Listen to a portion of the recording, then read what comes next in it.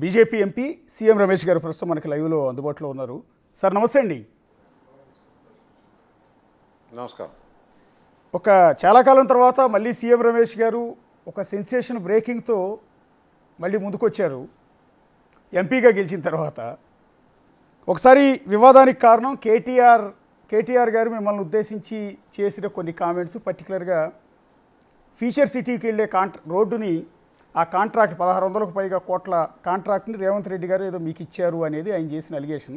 ఒకసారి first of all మీతో మాట్లాడిచ్చే ముందు కేటీఆర్ అసలు ఏమన్నారు అదొకసారి ప్లే చేసి మీ దగ్గరికి వస్తాను. ఒకసారి పీసీఆర్ ప్లే చేయండి. సీఎం రమేష్ అనే ఒక బీజేపీ ఎంపీ, ఆయనకు నిన్న ఈ ముఖ్యమంత్రి రేవంత్ రెడ్డి గారు ఆ లుచ్చా పనిలో కంచెకచ్చిబోలి భూములను తాకట్టు పెట్టే లుచ్చా పనిలో సహకరించినందుకు ఆయనకు నిన్న 1665 కోట్ల కాంట్రాక్టు ఫ్యూచర్ సిటీ అట. ఎవరి ఫ్యూచర్ కోసం నాకైతే తెలియదు. ఫ్యూచర్ సిటీ అట. ఆ ఫ్యూచర్ సిటీకి రోడ్ వేస్తున్నట. ఆ రోడ్డు 1665 కోట్ల రూపాయలతో వేస్తున్నట. దానికోసం బీజేపీ ఎంపీకి కాంగ్రెస్ ముఖ్యమంత్రి గారు మరి అవార్డు చేసిండ్రు, ఆయనకి ఇచ్చిండు కాంట్రాక్ట్. నేను అడుగుతున్నా, ఇది అక్రమ సంబంధం కాదా? కాంగ్రెస్ ప్రభుత్వంలో రాహుల్ గాంధీ గారు కళ్ళు మూసుకున్నావా పండుకున్నావా? 1665 కోట్ల కాంట్రాక్టు ఒక బీజేపీ ఎంపీ, ఆంధ్ర ప్రాంతానికి సంబంధించిన ఎంపీకి వస్తుంటే నీవెందుకు స్పందిస్తలేవు? బీజేపీ ఎందుకు స్పందిస్తలేదు? మీ ఇద్దరి మధ్యన ఉన్న లోతైన అండర్స్టాండింగ్ ఏంది అని నేను అడుగుతున్నా. అట్లాగే చెప్పుకుంటా పోతే ఇంకో 10 ఉన్నాయి. కంచెగచ్చిబౌలి భూముల విషయంలో సుప్రీంకోర్టు నియమించిన సెంట్రల్ ఎంపవర్డ్ కమిటీ రిపోర్ట్ ఇచ్చింది మోడీకి. మోడీ గారు ఇలా 10,000 కోట్ల కుంభకోణం జరిగింది, వెంటనే దీని మీద ఒక సాధికార సంస్థనేసి ఎంక్వైరీ చేయాలని చెప్పింది.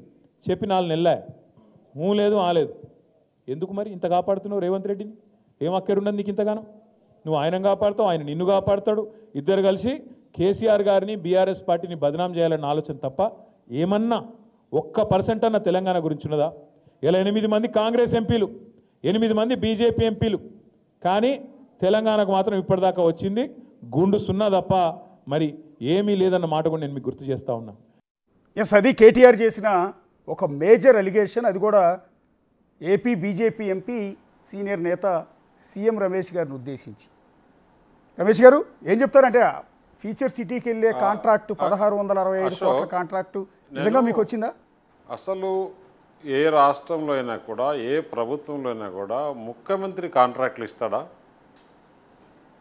ఇతను 10 సంవత్సరాలు మంత్రిగా పనిచేసి గవర్నమెంట్లో ఉండి, వాళ్ళ నాన్న ముఖ్యమంత్రిగా ఉండి, వారి ప్రభుత్వంలో చేసిన కాంట్రాక్ట్లన్నీ ముఖ్యమంత్రి ఇస్తున్నాడా? అదొకటి. ఇంకొకటి ఏమన్నాడు, ఒక బీజేపీ ఎంపీ ఒక ఆంధ్ర ప్రాంతం వాడు ఇక్కడ వర్క్ చేస్తున్నాడు, తెలంగాణలో వర్క్ ఇచ్చారు, అవార్డు అయింది అంటున్నాడు. అసలు అవార్డు అయిన సంగతి కూడా ముఖ్యమంత్రులకు, మంత్రులకు తెలియాల్సిన అవసరం లేదు. డిపార్ట్మెంట్ టెండర్ పిలుస్తుంది. ఆ టెండరు మొత్తం nation wide, international wide publicity అవుతుంది. ఎవరు టెండర్ వేస్తే, ఎవరు L1 వస్తే వాళ్ళకి టెండర్ ఇచ్చే కార్యక్రమం నాకు తెలిసినంతవరకు. అయినా కూడా ఆ రిత్విక్ ప్రాజెక్ట్ కంపెనీలో నేను డైరెక్టర్ కాదు, నేను ఆ వర్క్కి సంబంధించింది నాకు తెలియదు. నాకు సీఎం రమేష్కు డైరెక్ట్గా ఇచ్చేసానన్నారు. నేను దీని తర్వాత అతను ఒకసారి కాదు, ఇది 10 సార్లు మాట్లాడాడు.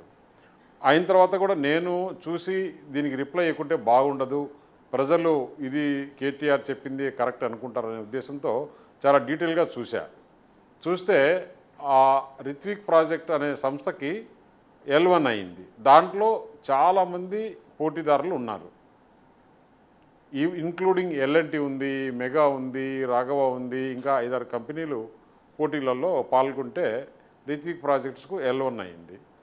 L1 అయిన తర్వాత అవార్డు చేసే కార్యక్రమం సిస్టమ్, అది టెండర్ ప్రాసెస్ సిస్టమ్ ఉంటుంది. అది కేటీఆర్కు తెలియదా? అంటే మీ ప్రభుత్వంలో 10 సంవత్సరాలు వర్కులన్నీ ఇదే విధంగా ఇచ్చారా కేటీఆర్? అసలు ఇంకొకటి, రిత్విక్ ప్రాజెక్టు హైదరాబాద్లో హెడ్ ఆఫీస్, హైదరాబాద్లో పెట్టిన ఆఫీస్ అంటే తెలంగాణలో ఉంది. అది వాళ్ళు మాత్రం తెలంగాణలో వ్యాపారం, తెలంగాణలో ఉండే ఆఫీసు, తెలంగాణలో ఉండే కంపెనీ తెలంగాణలో వ్యాపారం చేయకూడదు. నువ్వు నీ కుటుంబము ఢిల్లీలో పోయి లిక్కర్ వ్యాపారం చేసుకోవచ్చు. ఏంటి ఇది? మాట్లాడడానికి ఏమన్నా కొంచెమన్నా ఉండాలి.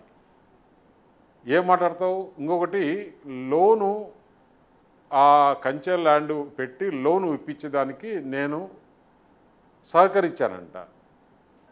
10,000 కోట్ల రూపాయలు తెలంగాణ రైతు రుణమాఫీకి తెచ్చుకొని వాళ్ళు చేస్తే నేను సహకరించడం ఏంటి? అంటే నాదేమన్నా బ్యాంకా? డబ్బులు ఇచ్చింది నేనా? తెలంగాణ ప్రభుత్వము మాకు ఇది డబ్బు కావాలి, బాండ్ ద్వారా కావాలి, ఎవరైతే ఏర్పాటు చేయిస్తారో వారికి ఇంత ఫీజు కూడా కన్సల్టెంట్స్ ఫీజు ఇస్తామని చెప్పేసి అది ఆనవాయితీ. అక్కడ ఎవరైనా అప్పు ఇచ్చేవాళ్ళు ఆ ల్యాండ్ ఎలా ఉంది, ల్యాండ్ టైటిల్ ఏంటి, ప్రభుత్వ క్రెడిబిలిటీ ఏంటి, వీళ్ళు రీపే చేసే కెపాసిటీ ఉందా లేదా అని చూసి అప్పులు ఇస్తారు. కానీ సీఎం రమేష్ చెప్పి అప్పులు ఇస్తారంటే నీకు ఎంత అజ్ఞానము, నువ్వు ఏ విధంగా మాట్లాడుతున్నావు అనేది ప్రజలకు తెలియాలనే ఉద్దేశంతోనే ఈరోజు అతను పర్సనల్గా నాతో మాట్లాడిన విషయాలు కూడా నాకు ఒక సంస్కృతి సాంప్రదాయము రెస్పాన్సిబిలిటీ ఉండే ఎంపీని అయినా కూడా ఎప్పుడు అతను నా ఇంటికి వచ్చి ఢిల్లీలో వారి చెల్లెల గురించి వారి పార్టీ గురించి మాట్లాడిన విషయాలు కూడా ఈరోజు చెప్పకూడదు. నిజంగా అయితే ఇతను రోజు పదే పదే నా గురించి మాట్లాడుతున్నాడు కాబట్టి నిజాలు ప్రజలకు వాస్తవాలు తెలియాలి అనే ఉద్దేశంతోనే ఈరోజు మాట్లాడుతున్నాను. అంటే నేను అందుకే ఛాలెంజ్ చేశా, తెలంగాణ భవన్కైనా వస్తా, తెలంగాణలో ఎక్కడైనా పర్లేదు, హైదరాబాద్లో కూర్చుందాం, లేదా ప్రెస్ క్లబ్లో కూర్చుందాం, మనం మాట్లాడుకుందాం. ఆంధ్ర ప్రాంతాన్ని ఎంపీకి వర్కులు ఇచ్చారన్నావు, నువ్వు తెలంగాణలో 10 సంవత్సరాలు జరిగిన 6 లక్షల కోట్ల రూపాయల కాంట్రాక్టులన్నీ ఎవరికి ఇచ్చావు? ఎవరికి ఇచ్చావు? మాట్లాడదామా? నీకు చెప్పే ధైర్యం ఉందా? నువ్వు చేసిన అవినీతి గురించి ఎక్కడ బయట రాకూడదు, నా మీద కేసులు ఉండకూడదు, మేము మా బీఆర్ఎస్ పార్టీని విలీనమైనా సరే బీజేపీలో, లేదు అలయన్స్ అయినా సరే మేము సరెండర్ అయిపోతామని చెప్పిన మాట వాస్తవమా కాదా? నువ్వు కాదు లేదా అనేది సమాధానం చెప్పాలి. నన్ను కలిసావా లేదా? ఢిల్లీకి వచ్చి డేట్తో సహా సీసీ కెమెరాతో సహా నీ విజువల్స్ చూపించమంటే చూపిస్తా. ఇదేదైనా మాట్లాడేటప్పుడు ఒక క్రెడిబిలిటీ ఉండాలి. నేను ఈ విషయాలు చెప్పదలుచుకోవాలా, ఇన్ని రోజులు కూడా చెప్పదలుచుకోవాలా, చాలా రోజులు అయింది జరిగి. నువ్వు నీతో పాటు ఎవరెవరు వచ్చారో అన్నీ అక్కడ ఉన్నాయి కదా, సాక్ష్యాలతో సహా ఉన్నాయి. నేను ఎక్కడ బయట చెప్పలేదే. ఇక్కడ రేవంత్ రెడ్డి నాకు స్నేహితుడు అనేది దేశం అందరికీ తెలుసు. ఎప్పుడు స్నేహితుడు? నేను ఆయన తెలుగుదేశంలో కలిసి పనిచేసినప్పుడు. నువ్వు నా దగ్గర రాలేదా? నువ్వు ఫస్ట్ సిరిసిల్లలో కంటెస్ట్ చేసినప్పుడు ఏమి జరిగిందో ఒకసారి గుర్తు తెచ్చుకో రామ్. ఆ రోజు నేను లేకుంటే నువ్వు ఎమ్మెల్యే అయ్యిండేవాడుగా. ఆ రోజు సుధాకర్కు బీఫామ్ ఇస్తే సుధాకర్ను కాళ్ళ పట్టుకొని విత్డ్రా చేయించేశాను. లేకుంటే ఆ రోజే నువ్వు ఎమ్మెల్యే కాదు, నీ రాజకీయ భవిష్యత్తు లేదు. సుధాకర్ను నేను ఒప్పించి చేస్తే అది కూడా నువ్వు 300 ఓట్లతో ఆ రోజు బయటపడ్డావు. ఇవన్నీ మర్చిపోతే ఎట్లా? నాకు భవిష్యత్తు లేదు, ఇప్పుడు కానీ టికెట్ ఇవ్వకుండా నేను ఎమ్మెల్యే లేకుండా పోతే నాకు ఉండదని చెప్పేసి అసలు మర్చిపోయారు మీరు. 1994 నుంచి 2004 వరకు ఏమి జరిగిందో, 1999 వరకు ఏం జరిగిందో, 2004లో ఏం జరిగిందో ఇవన్నీ కూడా మర్చిపోయి మీరు ఈరోజు బిహేవ్ చేస్తున్నారు. స్నేహం అనేది ఎప్పటికీ అది ఒక విలువ. ఆ స్నేహ విలువలు మీకు తెలియదు. నేను తుపాకులగూడెంలో పనిచేశా తెలంగాణలో 2,000 కోట్ల రూపాయలు ప్రాజెక్ట్ చేశా అంటే నువ్వు ఇచ్చావా? నీకు తెలుసా? అంటే ఇప్పుడు ఈరోజు రిత్విక్ ప్రాజెక్ట్స్ కాంట్రాక్ట్ వస్తే అది కూడా నా పేరు ఎందుకు వాడుతున్నావు? బీజేపీ కాంగ్రెస్ నెక్సెస్ అంటావు. బీజేపీ కాంగ్రెస్ నెక్సెస్ అంటే ఎవరన్నా నమ్ముతారా? నెక్సెస్ ఏంటి? నువ్వు కాంగ్రెస్తో అలయన్స్, టీడీపీతో అలయన్స్, ఇంకా ఎంతమందితో పెట్టుకొని ఎన్ని చేశారు? ఎవరితోనో ఒకరితోన్నా ఉంటున్నారా? మీరు మాట్లాడతారు. ఈరోజు నీ భాష ఏంటి?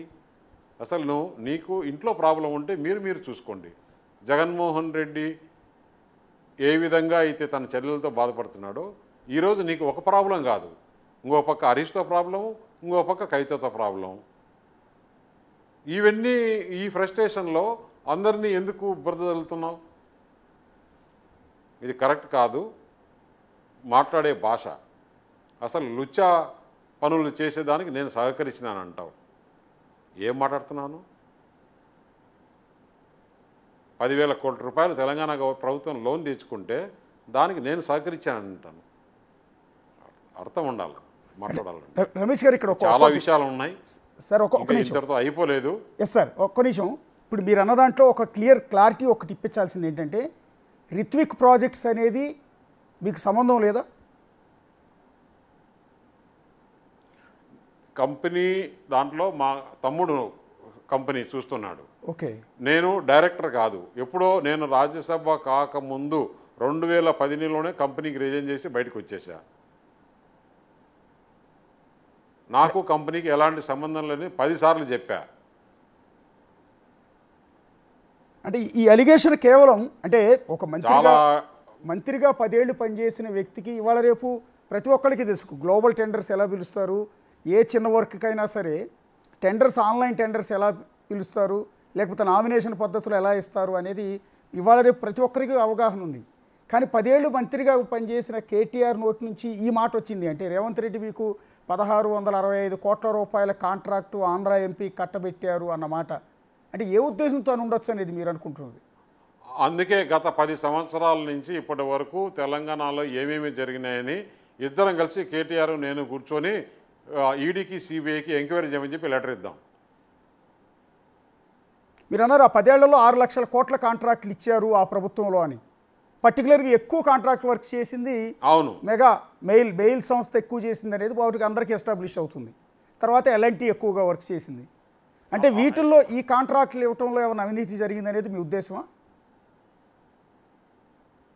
అంటే ఇవన్నీ ఎంక్వైరీ చేస్తే బయటపడతాయి. ఇప్పుడు హైదరాబాద్లో అపార్ట్మెంట్స్ పర్మిషన్ ఇచ్చేసి కొత్త రకరకాల జీవోలు ఇచ్చి ఎంత పర్సెంటేజ్లు తీసుకునింది, ఆ ప్రాపర్టీలన్నీ ఎవరెవరు పెడుతూ పెట్టింది, ఎక్కడెక్కడ అవుట్స్కట్స్లో ల్యాండ్లు కొనింది, ఇవన్నీ బయటికి వస్తాయి. ఇప్పుడు అసలు అతనుకు మొత్తం ఇమేజ్ పోయింది. సొంత ఇంట్లో సిస్టర్ టెలిఫోనే ట్యాప్ చేసినాడంటే ఇంకా అతని క్రెడిబిలిటీ చూసుకోండి. అతను ఈరోజు మాట్లాడుతుంటే అసలు మీడియా బ్యాన్ చేసేయాలి, ఇటువంటి వ్యక్తుల్ని మీడియాలో కూడా చూపించకూడదు అని. ఎలా సార్, కేటీఆర్ హైదరాబాద్లో కొన్ని రియల్ ఎస్టేట్ సంస్థలకు పర్మిషన్స్ ఇచ్చారు అనేది ఒకటి, వాటితో టైఅప్ అయ్యారు, దోచుకున్నారు అనేది మీరు చేసిన అలిగేషన్. ఏమన్నా 1-2 ఆ కంపెనీలు ఎవరితో టైఅప్ అయ్యాడు, లేకపోతే పర్సంటేజ్లే అది ఓపెన్గా అందరికీ తెలుసు. అంటే బినామీ పేర్లతో ఒక అపార్ట్మెంట్కి పర్మిషన్ ఇచ్చేస్తే ఆ అపార్ట్మెంట్లో 10% తీసుకొని దాంట్లో స్థలాలు బినామీ పేర్లతో పెట్టుకునేటివి దేశం అందరికీ తెలుసు. వాళ్ళు ఏ విధంగా హైదరాబాద్లో రియల్ ఎస్టేట్ బిజినెస్ చేశారని. రియల్ ఎస్టేట్ బిజినెస్ ఆంధ్ర రియల్టర్లతో కలిసి చేసిందా, తెలంగాణ రియల్టర్లదా? అక్కడ అంతా తెలుగువారేనండి. వీరి స్వలాభం కోసం ఆంధ్ర తెలంగాణ చేస్తున్నారు. హైదరాబాద్లో ఉండే వాళ్ళంతా తెలుగువారే.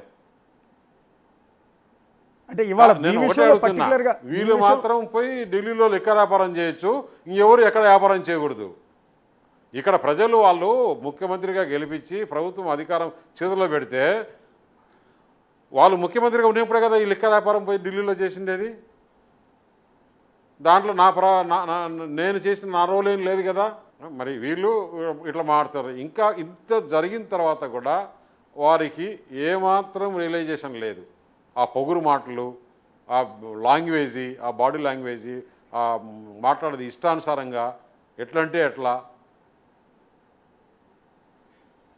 అంటే టీఆర్ఎస్ పార్టీ కాస్త బీఆర్ఎస్ అయింది, టీఆర్ఎస్ కాస్త బీఆర్ఎస్ కింద మార్చారు, ఒక నేషనల్ పార్టీ అన్నారు, ఇతర రాష్ట్రాల్లో కూడా మేము పోటీ చేస్తున్నామన్నారు, ఆంధ్రాలో కూడా పోటీ చేస్తామన్నారు. తీరా ఓడిపోయిన తర్వాత నుంచి మళ్ళీ జై తెలంగాణ అంటూ ఉన్నారు, మళ్ళీ ఆంధ్ర వ్యక్తులు అంటూ ఉన్నారు, ఆంధ్ర వాళ్ళు. అసలు మహారాష్ట్ర ఒరిస్సా అన్ని రాష్ట్రాల్లో తిరిగి చేసి ఇంకా అసలు మామూలు ఇది కాదు అది. ఆంధ్రాకు అధ్యక్షులు పెట్టడము, వాళ్ళు చేయడము, ఇది చేయడము, ఇదైపోయి ఇదంతా ఏంటి? మళ్ళీ ఇప్పుడేమో అసెంబ్లీకి కూడా రారు.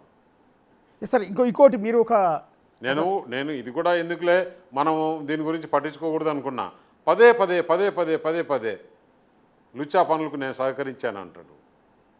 నీకు రేవంత్ రెడ్డి పైన కోపం ఉంటే, రేవంత్ రెడ్డి పైన బాధ ఉంటే నువ్వు ఆయన తేల్చుకోండి, మధ్యలో నన్ను లాగడం ఎందుకు? ఇప్పుడు కేటీఆర్ మిమ్మల్ని కలిసింది ఢిల్లీలో ఇంట్లో సార్, హైదరాబాద్లో ఉన్న ఇంట్లోనా? నంబర్ 7 టాలకటోరా, ఢిల్లీ. ఎన్నిసార్లు కలిశారు, ఎప్పుడు కలిశారు సార్ లాస్ట్ టైం? ఒకసారి కలిశాడు, ఓకే కవిత జైల్లో ఉన్నప్పుడు. ఓకే, అంటే మిమ్మల్ని కలవటం వెనక రీజన్ ఏంటండి? అంటే బీజేపీలో మీరు ఎంపీగా ఉన్నారనా, లేకపోతే? బీజేపీలో ఉన్నాను, ఈయన చెప్పేది అక్కడ క్యారీ చేసి తీసుకెళ్ళి చెప్పి మాట్లాడతాను, సహకరించమని చెప్పేసి వచ్చాడు. నేను అడిగా, పార్టీలో అడిగితే పార్టీ ఇవి ఇంత చెడిపోయిన వాళ్ళు దేశంలో ఎవరు లేరు, అందుకే ప్రజలు ఇంత చీకొట్టారు. నిన్న పార్లమెంట్ ఎలక్షన్లో కూడా వారికి ఒక సీటు కూడా రాలేదు. ఇటువంటి అయిపోయిన మొత్తం మునిగిపోయే నావ మనకెందుకు ఆ బ్యాగేజీ? మనము తెలంగాణలో మనం ఓన్గా గవర్నమెంట్ ఫామ్ చేస్తాము, వీళ్ళని పెట్టుకుంటే మనకు బ్యాగేజ్ అవుతుంది. వాళ్ళు ప్రజలు చీకొట్టారు, ప్రజలు నమ్మరు. ఓన్లీ తెలంగాణ సెంటిమెంట్ అడ్డం పెట్టుకొని అప్పుడు బిగినింగ్లో చేశారు. ఇప్పుడు ఆ పరిస్థితి లేదు. తెలంగాణ ప్రజలు బీఆర్ఎస్ నిజస్వరూపం తెలుసుకున్నారు, వారికి ఎవరు ఓటేయరు అని చెప్పి క్లియర్గా చెప్తే ఆ మెసేజ్ పాస్ ఆన్ చేశారు. అంటే మిమ్మల్ని కలిసి డైరెక్ట్ ప్రపోజలే పెట్టారండి? ఓకే, రిక్వెస్ట్ చేసుకున్నారా? అంటే ఒకసారి క్లారిటీగా చెప్పండి సార్. కాదమ్మా, ఈ విషయం నేనే ఒక్కడనే కాదు కదా చెప్పేది, కవితనే చెప్పింది కదా. మీరు మెడ్ చేసేదానికి ఒప్పుకున్నారు, నేను ఇష్టపడలేదు మీ విధానం అని. ఆమె రాసిన లెటర్లో, కేసీఆర్కి రాసిన లెటర్లో స్పష్టంగా రాసింది, బయట ఇలా ప్రచారం జరుగుతోంది, బీజేపీతో మనం విలీనం అవుతున్నాము అని. అది కూడా పెద్ద సెన్సేషన్ అయింది. సార్ నేను అడుగుతుంది ఏంటంటే, కేటీఆర్ మిమ్మల్ని తన చెల్లెలు జైల్లో ఉన్నప్పుడు కలిశారు. కలిసిన సందర్భంలో క్యాజువల్గా వచ్చి మాట్లాడటానికి వచ్చిన సందర్భంలో ఇది చర్చించారా, లేకపోతే అదే పని మీద వచ్చి మిమ్మల్ని సాయం చేయమని అడిగారా? ఏమని ప్రపోజల్ చేశారు సార్? ఇదే పనిపైన ఢిల్లీకి వచ్చి మాట్లాడి, మేము ఇబ్బందుల్లో ఉన్నాం, మా మీద ఏమాత్రం కేసులు లేకుండా, నాన్నకు హెల్త్ బాగాలేదు, చాలా మదన పడిపోతున్నాడు, నువ్వు ఈ సహాయం చేయి. అంటే ఏ విధమైన సాయం అండి? ఇప్పుడు ఢిల్లీ లిక్కర్ స్కామ్ ఉంది, లిక్కర్ స్కామ్లో చెల్లెలు అరెస్ట్ అయింది. ఒకవేళ మీరు బీజేపీ నేత కాబట్టి బీజేపీ పెద్దలను కలిసినా కూడా బీజేపీ ఏమి బెయిల్ ఇప్పించలేదు, బీజేపీ ఏమి కేసుల నుంచి తప్పించలేదు. బెయిల్కు అంటే వీళ్ళ ఉద్దేశంలో బెయిల్కు సహకరించమని, బెయిల్కు అపోజిషన్ చేయొద్దని, అడ్వకేట్ని పెట్టద్దని రకరకాలు వీళ్ళ ఆలోచనలు. ఆయన ఒక్కడేనండి. అప్పుడు హరీష్ రావు ఆయన కలిసి ఢిల్లీలో చాలామంది నేతల చుట్టూ తిరిగారు. కవిత జైల్లో ఉన్నప్పుడు చాలామంది నేతలను కలిశారు. చెప్తాను నేను. ఇంకా ఈ ఎపిసోడ్ అశోక్ ఇదంతా ఎపిసోడ్ చాలా ఉంది, మళ్ళీ నెక్స్ట్ ఎపిసోడ్లో మాట్లాడదాం. ఈరోజుకి ఇది చాలు. అలాగే సార్, హరీష్ రావు కూడా వచ్చాడు ఆయనతో పాటు అని నేను చెప్తాను. ఇంకా ఉన్నాయి విషయాలు, చెప్తాను అశోక్. ఓకే, బీజేపీలో బీఆర్ఎస్ని విలీనం చేస్తానని ప్రపోజల్ డైరెక్ట్గా ఆయన నుంచి వచ్చిందంటే అంటే దానికి కేసీఆర్ ఆమోదం ఉందని చెప్పారా? వేరే వాళ్ళు అయితే నేను ఎందుకు చెప్తాను? ఇప్పుడు ఇక్కడ జరిగేది సీఎం రమేష్కి కేసీఆర్ కదా, ఓకే కేటీఆర్ కదా, కేటీఆర్కి సీఎం రమేష్ జరిగింది ఇది కదా. మార్నింగ్ క్లారిటీగా ఇచ్చాను మీడియాలో, నువ్వు మళ్ళీ ఇప్పుడు కూడా చెప్తున్నా.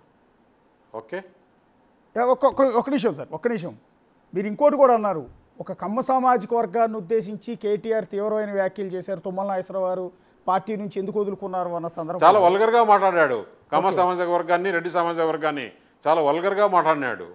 నేను రాజకీయాల్లో ఇది ఇట్లా ఉండకూడదు, నువ్వు ఎందుకు ఇటు చేస్తున్నావు, నువ్వు ఎప్పటి నుంచో తెలిసినవాడు కాబట్టి చెప్తున్నాను, ఇలా కులాల గురించి ఇట్లా వల్గర్గా మాట్లాడకూడదని కూడా చెప్పడం జరిగింది. లేదు, మాకు అవసరం లేదు, మాకు జగన్మోహన్ రెడ్డి ఉంటే చాలు, మేము ఎంత రెడ్లకు పదవులు ఇస్తే కూడా ఎలక్షన్స్లో అందరూ మమ్మల్ని ఇచ్చేసారు, వాళ్ళని కూడా వల్గర్గా మాట్లాడి వాళ్ళని నమ్మే సమస్య లేదు ఇంకా రాజకీయాలలో. అని చెప్పడం జరిగింది. ఓకే, కమ్మ సామాజిక దానికి కొన్ని వర్గం ఉదాహరణలు కూడా చెప్పాడు. ఎలక్షన్లు అయిపోయినాక వీళ్ళంతా పోయారు, వీళ్ళంతా పోయారు, వీళ్ళంతా పోయారని. కమ్మ సామాజిక వర్గం గురించి సార్ వచ్చినప్పుడు అడిగా, ఎందుకు మీరు రాజకీయంగా కరెక్ట్గా పోవట్లేదు, మంచి మంచి నాయకులందరినీ పోగొట్టుకున్నారు, తుమ్మల నాగేశ్వరరావు అటువంటి నాయకుడిని ఎందుకు మీరు దూరం చేసుకున్నారు, ఈరోజు ఇంత బాధపడుతున్నారు అని చెప్తే ఏం మాట్లాడారు? చంద్రబాబు నాయుడు కమ్మ వారిని మేము దగ్గరికి తీయం, మాకు కమ్మ నా కొడుకులు అవసరం లేదు నేను చెప్పా. ఇది కొంచెం నోరు తగ్గించుకొని మాట్లాడు. రెడ్లను నమ్మాం, రెడ్లను నమ్మితే గవర్నమెంట్ పోయిన మరుసటి రోజే పోయారు, వారిని కూడా తిట్టాం, కమ్మవారిని తిట్టాం. ఎందుకు ఇట్లా చేస్తున్నావు, రాజకీయాల్లో నువ్వు లాంగ్ టర్మ్ ఉండాలంటే ఇట్లా మాట్లాడడం కరెక్ట్ కాదని హితబోధిస్తే, లేదు రేవంత్ రెడ్డిని చూసి రెడ్లు పోయారు, చంద్రబాబు నాయుడు చూసి కమ్మలు పోయారు, మాకు మిగిలింది జగన్మోహన్ రెడ్డి ఒక్కడే. చెప్పాను కదా, తుమ్మల నాగేశ్వరరావు అటువంటి నాయకుడిని మీరు పోగొట్టుకున్నారంటే ఎట్లా అంటే, అవసరమే లేదు, మాకు కమ్మాస్ అవసరమే లేదు, జగన్మోహన్ రెడ్డికి కమ్మ అంటే వ్యతిరేకము, కాబట్టి మాకు వాళ్ళు చేయరు, చంద్రబాబు నాయుడిని కాదని మాకు చేయరు, అందుకే వాళ్ళని మేము నమ్మే సమస్య లేదని వాళ్ళని వల్గర్ కూడా మాట్లాడడము. ఎలక్షన్లు అయిన తర్వాత రెడ్లంతా కూడా మమ్మల్ని ముంచేసి వెళ్ళిపోయారు అని వాళ్ళను వల్గర్గా మాట్లాడడము. అంటే హైదరాబాదులో తెలంగాణలో ఉన్న కమ్మారెడ్డిస్ చాలామంది వాళ్ళు 10 ఏళ్ళు అధికారంలో ఉన్న 2 ఎలక్షన్స్లో కూడా బీఆర్ఎస్కే ఎక్కువ ఓటేసినట్టున్నారు కదా. సో ఆ 2 సామాజిక వర్గాల ఓట్లు మాకు అవసరం లేదనుకున్నారా? ఇప్పుడు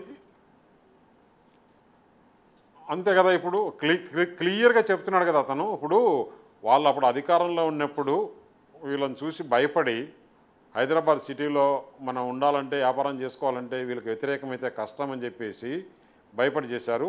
ఒక్కసారి అధికారం పోయిన తర్వాత ఏ విధంగా హైదరాబాద్లో ఒక్క ఎంపీ కూడా రాకుండా పోయింది మనం చూసాం కదా. ఇప్పుడు ఎగ్జాంపుల్ మీకు జూబ్లీ హిల్స్లో మామూలుగా అసెంబ్లీ ఎలక్షన్లకి 18,000 19,000 వచ్చినాయి బీజేపీకి ఎమ్మెల్యేకి. అదే కాన్స్టిట్యున్సీ పార్లమెంటుకు 60,000 వచ్చినాయి బీజేపీకి.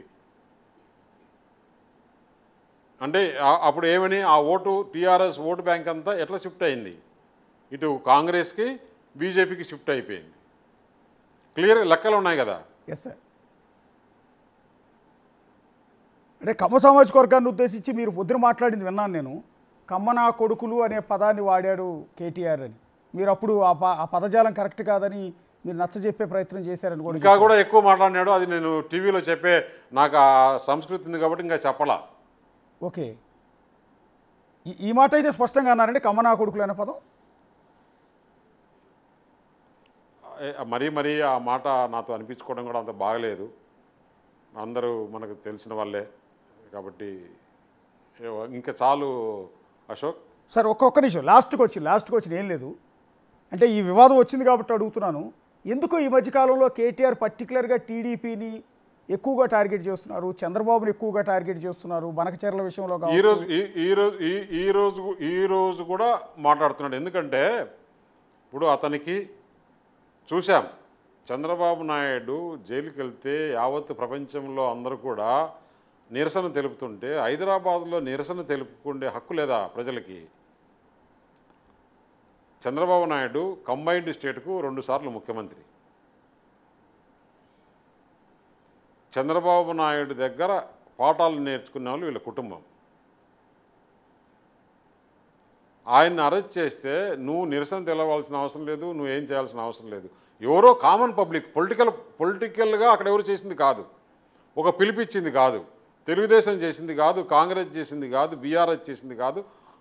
కామన్ పబ్లిక్ వాళ్ళ పాటికి వాళ్ళు నిరసన తెలుపుకుంటే వాళ్ళందరినీ అరెస్ట్ చేసి కొట్టి రైలు తిరగనీయకుండా రైళ్ళల్లో వాళ్ళని ఇచ్చేపించి రకరకాలుగా మాట్లాడి పోయి ఆంధ్రాలో చేసుకోపోండి అంటాడు. అంటే ఈయనేమో అమెరికాలో చేసుకోవచ్చు, ఏది టీఆర్ఎస్ సభలు, బీఆర్ఎస్ సభలు. ఇక్కడ చంద్రబాబు నాయుడు పైన అభిమానంతో వాళ్ళు ఏదో నిరసన కార్యక్రమం చేసుకుంటే ఎవరిని ఇక్కడ ఏది రోడ్డు ట్రాఫిక్ బంద్ చేసో లేకుంటే ఏదైనా వెహికల్స్ ఆపో లేకుంటే ఏదన్నా వీళ్ళు లా అండ్ ఆర్డర్ ప్రాబ్లం వచ్చింది ఇష్యూ కాదు, జగన్మోహన్ రెడ్డి మెప్పు పొందేదానికోసం ఈ విధంగా చేసినప్పుడు. అందుకే ఇప్పుడు దేనికి కూడా దానికి ఉంటుందని చెప్తారు కదా, అందుకే కదా మొత్తం ఏం జరిగిందో తెలంగాణలో చూపించారు కదా. ఒక్క నిమిషం సార్, ఇవాళ ఉదయం మీరు మాట్లాడిన తర్వాత కేటీఆర్ ఇందాక మళ్ళీ మాట్లాడారు, దానికి కౌంటర్ ఇచ్చారు. ఒక్కసారి బయట ప్లే చేయండి. గట్టిగా గుర్తుపెట్టుకోండి, మనకి ఇవాళ ఎన్నడూ లేవని గొంతులు కూడా లేస్తున్నాయి. ఇవాళ 10 ఏళ్ళు నోరు మూసుకొనున్న గొంతులు, 10 ఏళ్ళు మాట్లాడేందుకు భయపడ్డోళ్ళు ఇలా రేవంత్ రెడ్డి ముఖ్యమంత్రి కాగానే ఎగిరెగిరి పడుతున్నారు. అసలు తెలంగాణ ఏంది, తెలంగాణ మీ జాగీరా అని మాట్లాడుతున్నారు. ఇవాళ యాది పెట్టుకోండి, మనకి ఇవాళ మీడియా సపోర్ట్ లేదు. ఇప్పుడు ఇంతసేపు ఈ కెమెరాలు పెట్టిరు కదా, ఎవరు చూపెట్టరు, వస్తుంది అది అవుతుంది. ఏదో వీళ్ళ ఉపసక పాపం వీళ్ళ ఉద్యోగాలకు తప్పాడు, ఎవడు చూపెట్టాడు. నేనేమంటున్నా అంటే వీళ్ళ ఎవరు మనకు సపోర్ట్ లేదు. మనకి ఇవాళ ఉన్నది ఒకటే ఒక్క అస్త్రం, సోషల్ మీడియానే మనం ఉంగటున్న ఒకటే ఒక్క అస్త్రం. అసలు 10 ఏళ్ళు లేవల్ నోళ్ళు ఇవాళ లేస్తున్నాయి అనేది ఇండైరెక్ట్గా మిమ్మల్ని ఉద్దేశించి అన్నట్టే కనపడుతోంది. కానీ ఇంకా చూద్దాం, ఇంకా ఉంది కదా, సమయం ఉంది కదా. ఒకరోజే అయిపోయే ఎపిసోడ్ కాదు ఇది, ఇంకా చాలా ఉంది, చాలా విషయాలు చెప్పాల్సి ఉంది, మాట్లాడదాం. అన్నీ బయట పెడతారా? 10 సంవత్సరాలు ఏ విధంగా మీడియా, ఒక్క నిమిషం అశోక్, ఏ విధంగా 10 సంవత్సరాలు తెలంగాణలో ఎంతమందిని అణిచారు, ఏ విధంగా తెలంగాణలో 10 సంవత్సరాలు మీడియా సామ్రాజ్యం ఏలింది, ఏ విధంగా ఎవరినెవరిని నమస్తే తెలంగాణ ఏ విధంగా తీసుకున్నారు, నమస్తే ఛానల్ని ఏ విధంగా తీసుకున్నారు, ఏ విధంగా వచ్చింది, మిగతా ఛానళ్ళన్నీ నేను పేర్లు చెప్పాల్సిన అవసరం లేదు, ఏ విధంగా జరిగినాయి, ఇవన్నీ ప్రజలు మర్చిపోయినారనుకుంటున్నారా? ఎవరి పాపం వారికి తగులుతుంది. త్వరలో అన్ని నెక్స్ట్ ఎపిసోడ్స్లో అన్నీ బయట పెడతారా సీఎం రమేష్ గారు? నమస్తే తెలంగాణ పేపర్ ఏ విధంగా తీసుకున్నారో తెలియదా దేశం అందరికీ? ఎవరినోన్ని మీడియా వాళ్ళని ఏ విధంగా చేశారో తెలీదా? ఇదంతా కారణం ఎవరు? ఈ వ్యవస్థ ఇట్లా భ్రష్టుపడ్డదని కారణం ఎవరు? అసలు మీకు మనుషులు అనేవాళ్ళు లెక్క ఉండిందా? ఒక వ్యవస్థ పైన మీకు నమ్మకం ఉండిందా? మహారాజు అనుకున్నారు మీరు,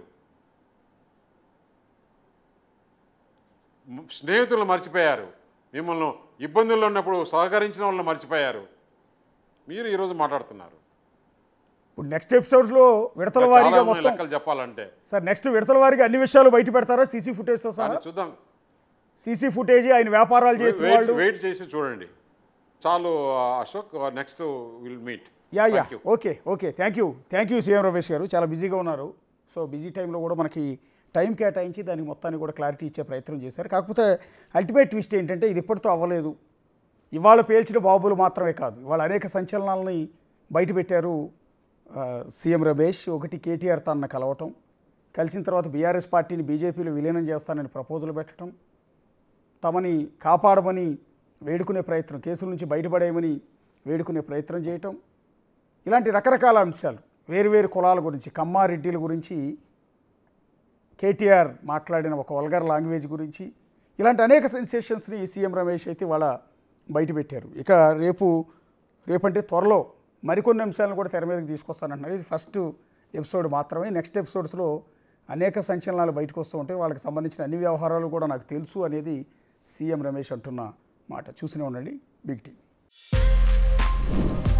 For more videos like this, subscribe Big TV channel.